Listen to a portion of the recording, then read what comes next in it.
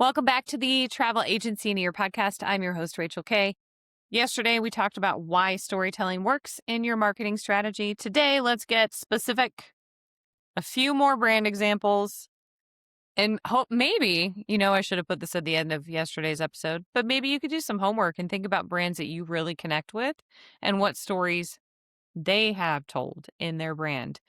Okay. And I think I mentioned this in past episodes when you are developing your own brand and you're like, oh, I want to get into super high-end luxury. Consider looking at true super high-end luxury brands and seeing their fonts, their colors, because that tells the story as well. Their messaging and copy on their website, because that tells the story as well. And what kind of stories of that brand could align with you and your clients. All right.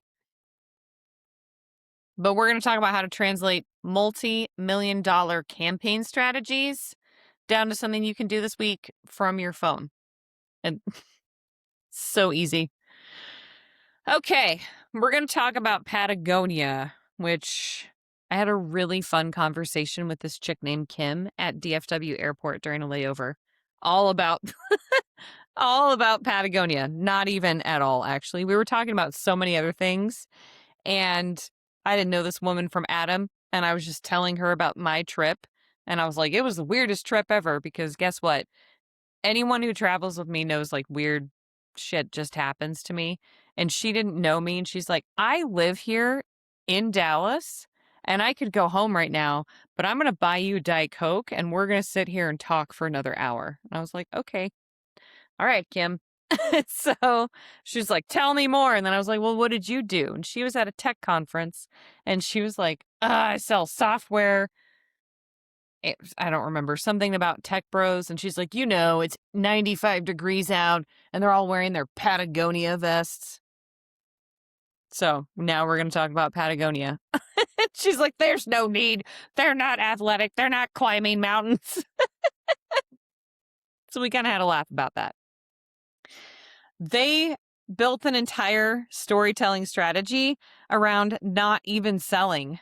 Their most famous ad said, don't buy this jacket. It sounds like the opposite of marketing. They were focusing more on telling a story about their values, durability over disposability, and it made their brand more magnetic, not less. So the lesson is sometimes the story that builds the most trust is the one that isn't asking for anything. Then let's say, okay, another one I got is the Dove's Real Beauty campaign. I don't even know if that's going on anymore, but that was a thing for a minute. That shifted away from like product focused advertising entirely and just told stories about real women, their real insecurities, and real moments of their self perception shifting. And that was like one of the most, I don't remember when it came out, but I know I studied this campaign in one of my marketing classes in college because it made people feel seen and not sold to. Okay. So, a story that reflects your audience's real experience back to them builds more loyalty than any list of features you could own. Let's apply this campaign strategy to a niche and travel. And we're going to talk about, because it's like women focused, right? With the Dove Real Beauty campaign, female solo travel. And you could put together like group trips where single women can go travel somewhere, either with you or without you.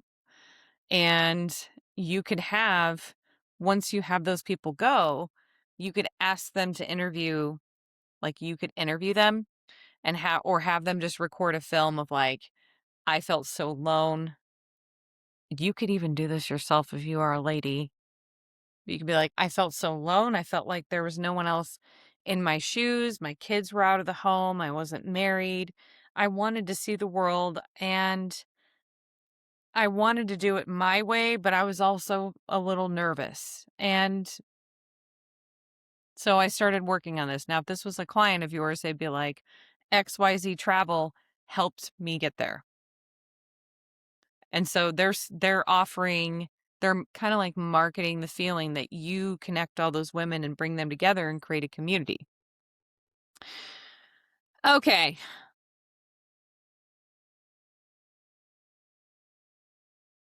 The last one I'm going to bring back up again is Airbnb, which I secretly am mad about, but it's fine because, we're travel advisors. Their Belong Anywhere rebranding didn't happen because of their supply of listings changed. It happened because they realized their story really wasn't about finding a cheap place to stay, as evidenced by now by Airbnb prices. It happened because it was like connecting and feeling welcome in unfamiliar places. So sometimes the biggest growth doesn't come from your new offer, but it comes from telling the story of what you do more truthfully. And this is why also I've talked about this forever and ever. It's important to have a niche.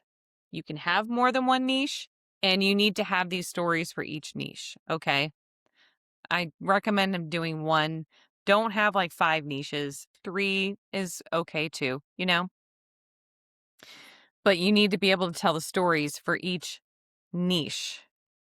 Okay. And what you're already doing. There is a course that I launched way back in, I think, 24. Maybe it was 25. Maybe it was 25. So about a year ago, called The Sweet Spot to Success. It's $47, and it talks all about finding your niche, creating your service packages, tiered service packages. Don't just charge a rando fee. Have tiered service packages. And we're going to talk about that in future episodes as well. I think I've already brought it up a billion times, so anyway, and being able to tell your story based on your superpowers. There's so much into it. It's $47. No big deal. You can find it over on elevatewithrachelk.com. Sorry for that rando plug. But anyway, storytelling is cool. So, a lot of advisors, the mistake that they make when they hear these examples, they think they have to have footage of the actual resort or the cruise ship, and there needs to be like all this special production value. No, specificity and honesty. A 30-second video, boom, of your phone in your face, of you explaining why you talked a client out of an overpriced resort. Just filmed in your car, no editing. The algorithm does favor makeup, so maybe a little mascara, sorry, or no makeup. I don't care. But that can carry more weight than a polished ad because it's unmistakably real. You can fight me in the comments. The number of clients I have gotten who came to me and said, I love your content because you are real. Like your hair is in a frizz ball because you're in humidity. You're in your office. You're not traveling the world 24/7 in all of your content. Like you are being you. Now, some travel advisor, like friends of mine, would find my profile or I'd share it. And I tell my students that I mentor, I'm like, go find that profile. It's terrible. If you see it, it doesn't apply. Like it doesn't appeal to you, but it appeals to my clients. And I've had them be like, how can you even go on camera without makeup on? How can you do any of this stuff? Like, you don't have any filters. What are you doing? And I'm like, because I want to be me, you know? People want to work with real people, especially with AI creating more content. And now there's like AI that you can generate entire fake, like human quote unquote bots doing like quote unquote podcasts. And people are making so much money off of that. And they'll have entire fake funnels and campaigns and whatever. It's crazy. So be a little bit flawed in your content creation. Don't worry about it being perfect. All right. Sorry, I went on a tangent there. So, simple exercise at the end of this week, you can just ask yourself, what's one thing that happened this week that made me feel something about this work? Maybe a client's reaction to a surprise upgrade. Maybe you had to have a tough conversation about your budget that led somewhere better. Maybe you are traveling and there was a destination that like you've never been to and you're on this trip and it surprised you. You were like, ugh, like my first time going to Mexico. I was one of those Midwest, I'm going to get kidnapped by the cartel people many, many, many, many moons ago. And I was like, I feel like Mexico's dirty. It is my favorite place to be now. um, you don't have to manufacture this stuff. You just need to notice it and be willing to share it. Some story examples that I have, let me think, from the last few days. Um, on the travel side, I am relocating across the country. Location not disclosed on this podcast, just in case. And I started reaching out and networking with compatible business owners in the new destination that I am moving to. And I had a fantastic, like 2-hour call yesterday with someone who also referred me to three more, I think 2 or 3 more people who are interested in doing a partnership for my super secret plan. We're not talking about that. And we talked a lot about it, just made me feel really, really excited of all the possible opportunities, and where I am relocating to has a completely different energy, especially amongst the small business owners and entrepreneurs compared to where I currently am right now. And it's just beautiful. Another thing, let's see, another story I could tell. I feel like there was something I was going to tell. It was on the tip of my tongue today, like a minute ago, of something I did this morning.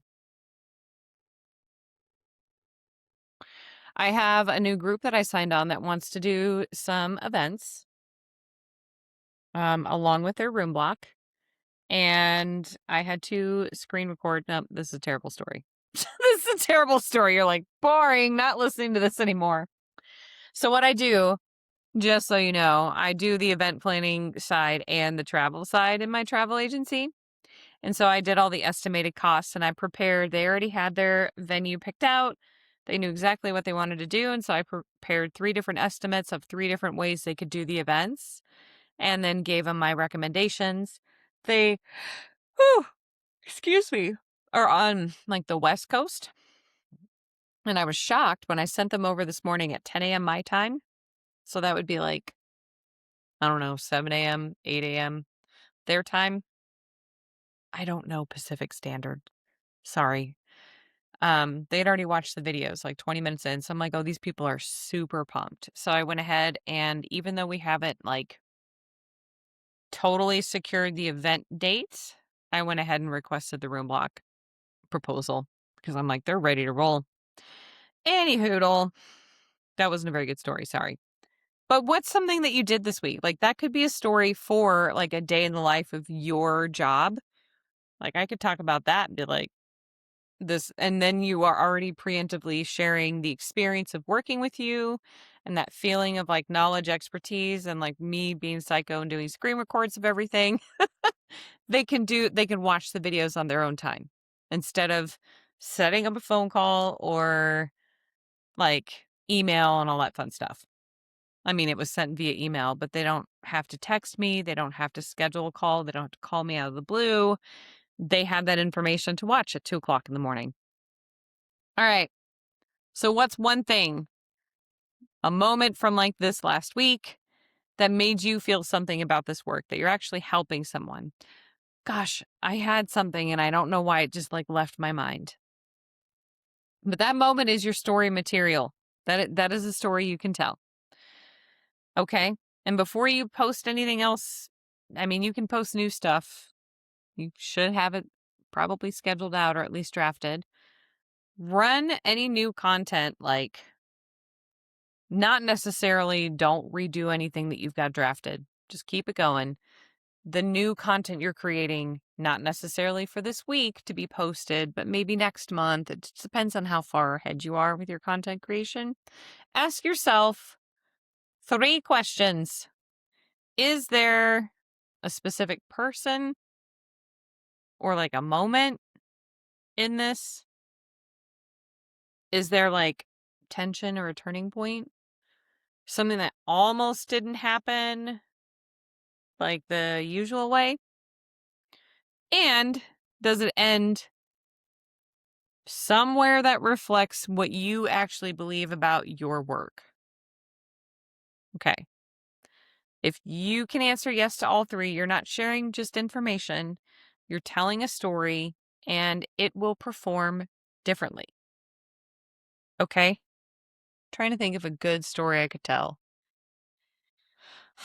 I got stories for days. I got too many stories. Trying to think of an easy one.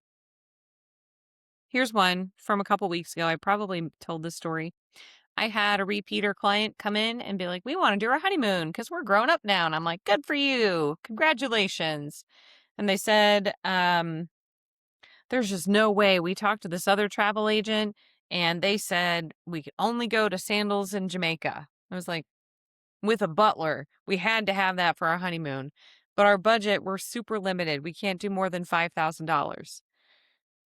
And I was like, well, I don't know why they didn't even listen to your budget and are just forcing you to book something that it's not in the country you want to go to. You don't need a butler. You're way too young for that brand, I think. I have some opinions about that brand myself. And it's way over budget. So I was like, based on your budget, where you're flying from, and like you can't really go over that much more. You're gonna have to choose either here, you can get a whole week, like in the DR, or you can do like 5 nights in Riviera Maya. But are you open to a family friendly resort? And they're like, absolutely. We don't mind kids at all. And I was like, okay, because that's going to help you get maybe a higher level room category for the time of year that you're going. So I knew exactly what I was going to offer them, by the way. I was like, oh, I know the perfect place. And that was my first proposal. And then I sent the 2 other options. And I said, look, these are all in budget. And I said, my personal rec, what I would book is this one, which was the first one I sent. I said, but you're welcome to look at all of these. And they are super pumped and excited because they got it like maybe $400 less than their total budget. And I was like, now you got room for tips. And now you got room for excursions if you want to add them on, like while you're on your honeymoon. And you get the full honeymoon package and you get all this stuff. And they're like, this is awesome. And it took like 30 seconds from start to finish to get it booked. So I would revise that story, but that's a story you could tell as a travel agent in your marketing. All right, tomorrow we're going to talk more about the founder's story, which I also have on my old tic-tac-toe, my why story.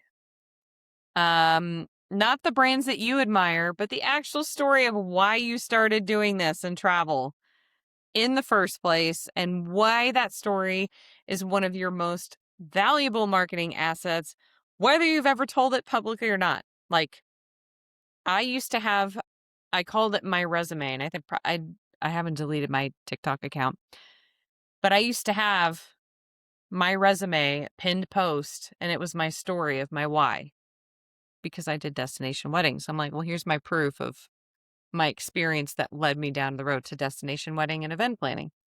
All right, that was day 192 of the Travel Agency in Your podcast. Thanks so much for listening. Please subscribe so you get daily notifications.